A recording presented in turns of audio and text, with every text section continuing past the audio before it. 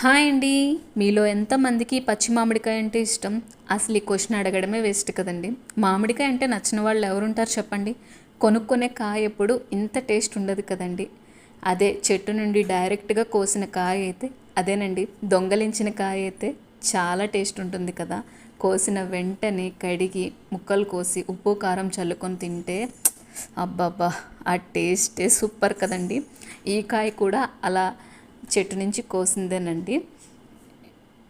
వీటిని చూడగానే నా చిన్నప్పటి జ్ఞాపకాలన్నీ గుర్తొచ్చాయండి. మేము 10th 9th 8th ఆ క్లాసులో ఉన్నప్పుడు కూడా మా పనులన్నీ ఇవేనండి.